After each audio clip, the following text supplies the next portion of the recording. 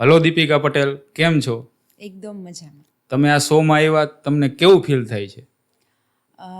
Little bit nervous and also excited. તો તમે જે આ તમારી અત્યારની ઇમેજ છે સોશિયલ મીડિયામાં, એ તમે કઈ રીતે તય કરી? ઇમેજ ઇઝ લાઈક કે I am natural what I am, but હા, સોશિયલ મીડિયાથી તમે મને જજ ન કરી શકો કારણ કે એ તો કામ છે. હા, સો મે બી કે જે ઇમેજ છે એનાથી હું કમ્પ્લીટલી ડિફરન્ટ પણ હોઈ શકું. સો યુ કાન્ટ સે કે સોશિયલ મીડિયામાં જે મારી ઇમેજ કે જે છે, but I don't no first of all શું છે મારી ઇમેજ અકોર્ડિંગ ટુ યુ. તમારી ઇમેજ અત્યારે એક સ્ટેજ ઉપર છે, મતલબ તમે જે હાસિલ કરવા માંગો છો, સક્સેસ થવા માંગો છો, આજે એટલે જ તમને અમે અહીંયા ઇન્વાઇટ કર્યા હા, છે. Obviously, thank you.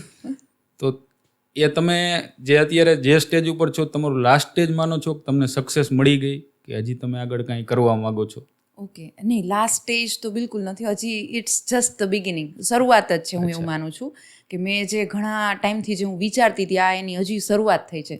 So it's a long way to go. Yes. તો તમે આજે એક વુમેન તરીકે જે અચીવમેન્ટ મેળવી છે, તો એમાં તમે વધારે સ્ટ્રગલ શેમાં કરી?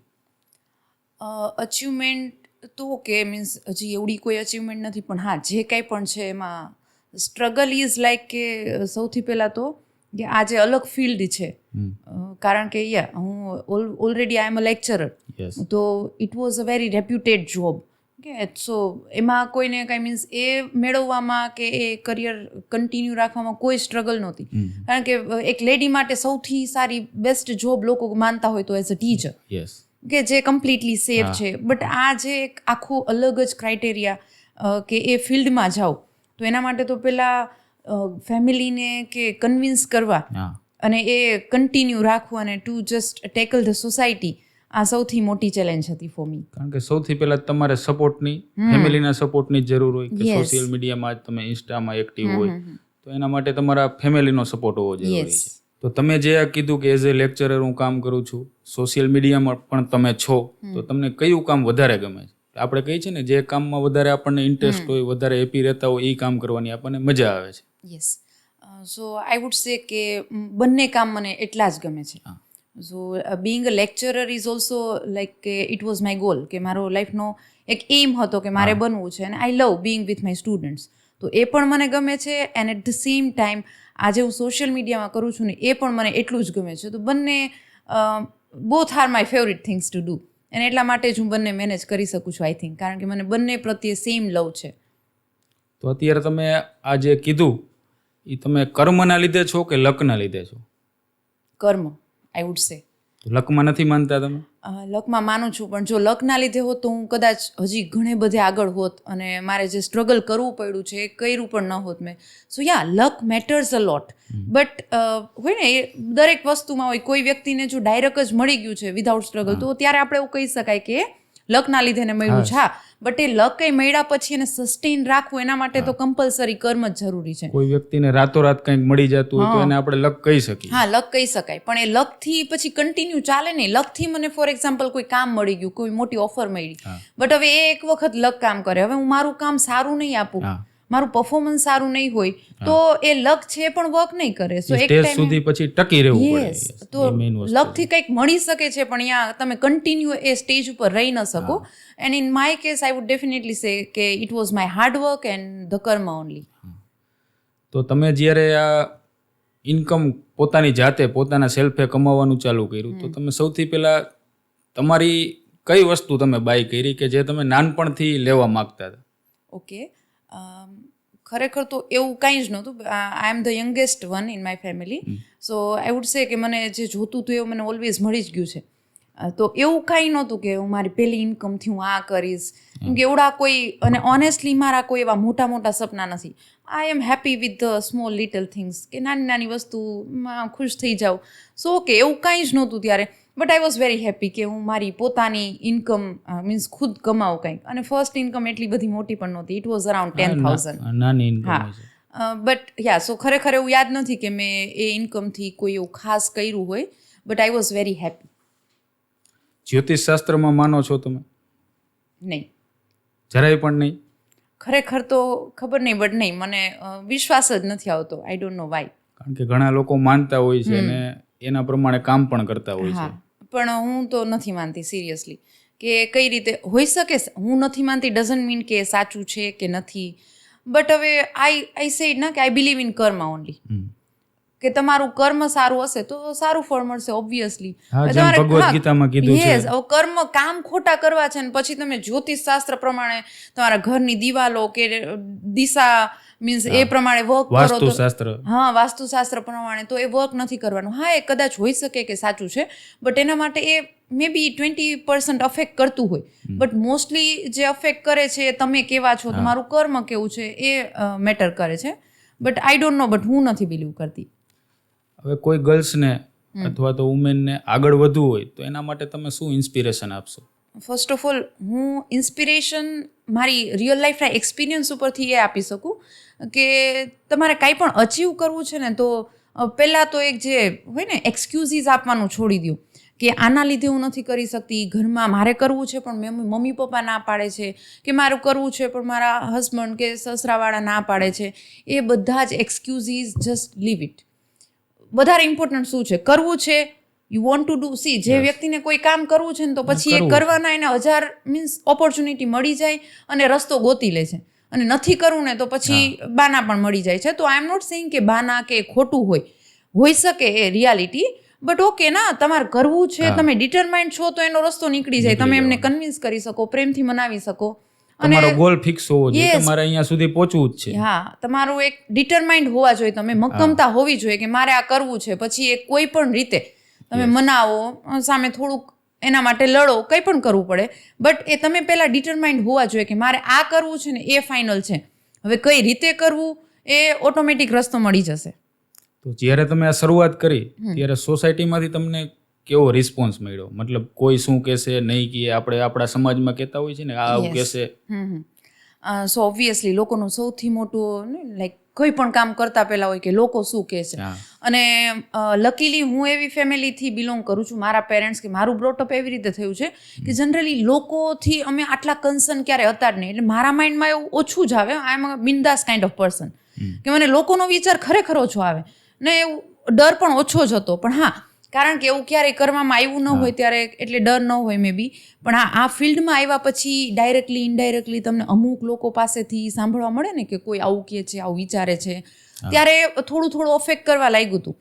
But at the end it is like કે જ્યાં સુધી મારી ફેમિલીને કોઈ પ્રોબ્લેમ નથી અને મને ખબર છે કે હું જે કરું છું એ સાચું જ છે, એમાં કાંઈ જ ખોટું નથી, આઈ રિયલી ડોન્ટ કેર કે લોકો શું કહેશે. એનાથી મને ખરેખર કાંઈ જ ફરક નથી પડતો. પછી અને આપણી સોસાયટીમાં વધારે ફરક લોકોને એનાથી પડતો હોય કે કોઈ શું કહેશે. યસ, કોઈ શું કહેશે. એમ લાઈક લોકોનો કાંઈક ઘરમાં કાંઈક સાફ સફાઈ કરવી કે દિવાળી પર આપણે જે આ બધું તામઝામ કરતા હોય એનો કોઈ પૂછીએ લેડીઝને કે આ કેમ કરો છો, તો કોઈ આવે તો સારું લાગે, કોક આવે તો કેવું લાગે, કોક આવે તો શું કહેશે. Like you are living your life for that કોક. મીન્સ એ એમના માટે જીવો છો કે પોતાના માટે એ જ ખબર ન પડે. બટ એમાંથી ઓવરકમ થવું ને એ ખરેખર જરૂરી છે.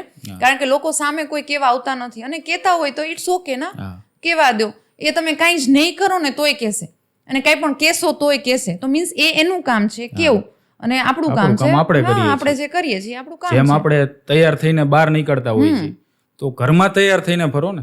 આપણે બહાર જઈને તૈયાર થઈને આપણે બહાર કોને બતાવવું છે? મીન્સ ઇન શોર્ટ તમને અંદરથી જે કરવામાં મજા આવે છે, મારું સિમ્પલ લોજિક છે લાઈફનું, કે એક તો તમે ખુશ હોવા જોઈએ જે કરો છો એનાથી, અને બીજું એક કે તમે જે કરો છો એનાથી કોઈને દુઃખ ન થવું જોઈએ. દુઃખ ન થવું જોઈએ ઇન ધ સેન્સ કે તમે કોઈનું ખરાબ નથી કરતા. ઓકે, આપણે કોઈનું ખરાબ હું રેડી થાઉં છું, બહાર જવા માટે કરું, કોઈને બતાવવા માટે કરું કે મારા માટે કરું, કોઈનું નુકસાન નથી ને આમાં, મને મજા આવે છે, સિમ્પલ, તો ડુ ઇટ. અને આપણે સારું આપણું કરતા હોય તો આ બધાનું સારું જ થવાનું છે, કારણ કે આપણે કોઈનું ખરાબ ઈચ્છતા નથી. યસ, અને તમે જે કરો છો એનાથી કોઈનું ખરાબ નથી થતું, બસ પછી તમારે કોઈનું જોવાનું જ નથી હોતું. Yes, enough. હવે તમારા ફ્યુચરના ગોલ શું છે? તમે આગળ શું કરવા માંગો છો? એ હું ડિક્લેર નહીં કરું. એ મીન્સ એવું કોઈ ફિક્સ નથી માઇન્ડમાં કે હું જનરલી શોર્ટ ટર્મ ગોલ હોય છે. ઓકે, નેક્સ્ટ હવે મેં આ ઓલરેડી મને આ સ્ટેજ ઉપર પહોંચી ગઈ, હવે મારે આ કરવું છે, હવે નેક્સ્ટ આ. So I just always believe in setting short term goal. તો હવે એવું કંઈ આમ લાઈક અને સ્ટેપ બાય સ્ટેપ. હા, સ્ટેપ બાય સ્ટેપ. સો એવો કોઈ પ્લાન નથી, બટ જનરલી હોય છે ને કે તમે બોલી જાઓ ને પછી એ છે ને એક પ્રેશર આવી જાય કે, અને એક થોડુંક એવું થાય ઘણી વખત કે બોલી જાય ને પછી એ થાય નહીં. સો જોયા રાખો. બટ વિચારેલું હોવું જરૂરી છે ને. આપણે yes. લાઈફમાં કહેતા હોય છે કે જે આપણે વિચારેલું હોય છે, નાનપણથી થાય આપણે છે. ચાહતા હોય છે, એ ભવિષ્યમાં થાય છે. તો વિચારો જ આપણા નાના હોય તો એ કામ થવાનું જ નથી. નથી થવાનું. સો યસ, ઓબ્વિયસલી કે જે કહેવાય ને કે power of attraction or law of attraction, તો એ ઓબ્વિયસલી વર્ક કરે છે. કારણ કે તમે જે વિચારો છો, તમે જે છો ને એ જ વિચાર આવે. તમને જો કોઈને જોઈને નેગેટિવ જ વિચાર આવે તો પહેલાં એ વ્યક્તિ વિશે નહીં, તમારા વિશે વિચારો કે મને દરેક વ્યક્તિને જોઈને નેગેટિવ વિચાર આવે છે, ઇટ મીન્સ કે વ્યક્તિ નહીં, હું જ તમે ક્યાંક ને પોતે ક્યાંક negative નેગેટિવ છું. તો તમને જે વિચાર આવે છે ને ક્યાંક ને ક્યાંક તમે પોતે છો. એ પર્સનાલિટી તમારી અંદર છુપાયેલી છે, મે બી બહાર નથી આવતી. તો હું કંઈક મારી અંદર વિચાર આવે છે કે હું અહીંયા મારી જાતને જોઈ શકું છું, ઇટ મીન્સ કે મારી અંદર એ કેપેબિલિટી છે, તો જ હું એ વિચારી શકતી. અધરવાઇઝ મને એ વિચાર જ ન આવે. કોઈ વ્યક્તિ છે એ ફોર એક્ઝામ્પલ કે કોઈ કામ નાનું મોટું નથી, so I am not saying like that, પણ હવે ફોર એક્ઝામ્પલ તમારા વિચાર જ્યાં સુધી છે ને ત્યાં જ તમે પહોંચી શકો. તમને વિચાર આવે કે હું ઇન ફ્યુચર લાઈક કે કહી શકાય ને કે હા કોઈ મોટું કામ કરીશ, કે મને આ કાર જોઈ છે, તો તમને અત્યારે તમે માનો કે તમે એના નજીક પણ નથી એ ગોલના, છતાંય તમને એવા વિચાર આવે છે કે હું લેમ્બોર્ગિની લઈશ, તો ઇટ મીન્સ કે તમારી અંદર એક ખરેખર કેપેબિલિટી છે, તો જ તમને વિચાર આવે ને કે વિચાર પણ ઓકાત જોઈને આવે. તો તમારી ઓકાત છે કે તમે એટલું મોટું વિચારી શકો, ઇટ મીન્સ કે તમારી અંદર એ છે. પછી એના માટે તમારે વર્ક કરવું પડે ઓબ્વિયસલી. જેમ કહે છે ને કે जिस चीज को आप दिल से चाहते हो उसको पूरी कायनात आपको मिलाने में लग जाती है. Yes, dialogue from Om Shanti Om. So yeah it really works. આજે હું અત્યારે મીન્સ તમે મારું ઇન્ટરવ્યુ લો છો, એ પણ મારો એક વિચાર હતો કે મને શોખ હતો ખરેખર ઘણા ટાઈમથી કે હું કંઈક એવું અચીવ કરું. એમને મને કોઈ નથી બોલાવવાનું ઇન્ટરવ્યુ લેવા. So means I was really like fond of doing this thing, કે મને આવું સ્ટેજ મળે કે someone is taking my interview. હા, મેં વિચાર્યું છે ઊંચા લેવલ ઉપર હતું, but okay at least this is also like a dream come true. So thank you for wish તમારી પૂરી થઈ ગઈ. એક વિશ. હા, અને હવે હું તમને એવું પૂછીશ કે તમને હું વિશ પૂછું તો તમે શું કહેશો?